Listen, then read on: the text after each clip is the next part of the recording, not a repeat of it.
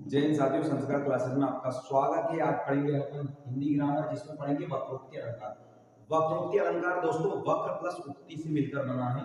यानी वक्रोक्ति अलंकार होता है वक्र प्लस उक्ति से मिलकर बना है। वक्र मतलब क्या होता है? टेढ़ा या टेढ़ा, टेढ़ी, है ना। उक्ति मतलब कोई कथन यानी टेढ़ा कथन। वक्रोक्ति का मतलब होता है टेढ़ा कथन यानी उल्टा। तो यहाँ पे इसकी डेफिनेशन यानी इसकी परिभाषा को अपन ध्यान से देखेंगे। जब वक्ता के द्वारा कहे गए किसी वाक्य कथन का श्रोता द्वारा अन्य अर्थ ग्रहण कर लिया जाता है।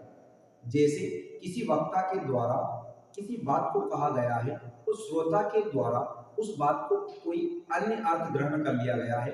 यानी कहने का तात्पर्य यहाँ ये है कि मैंने कुछ कहा है और मेरे द्वारा कही हुई बात को किसी श्रोता ने उसका अन्य अर्थ सुन लिया है, उसे कहते हैं आपका वक्रोक्ति अलंकार। इसीलिए तो कहते हैं कि वक्रोक्ति अलंकार मीन्स टेढ़ी उक्ति यानी टेढ़ा कथन।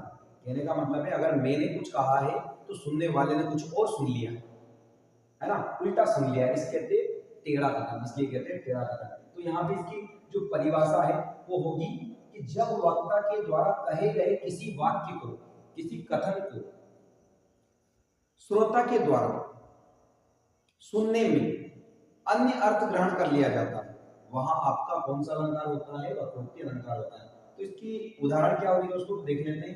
मैं सुकुमारी नाथ बन जोग, तुम ही उचित तप मौकह भोग। तो इस प्रकार आपका ये परिभाषा और ये उदाहरण होगा। अभी तक जिन भाइयों ने चैनल को सब्सक्राइब नहीं किया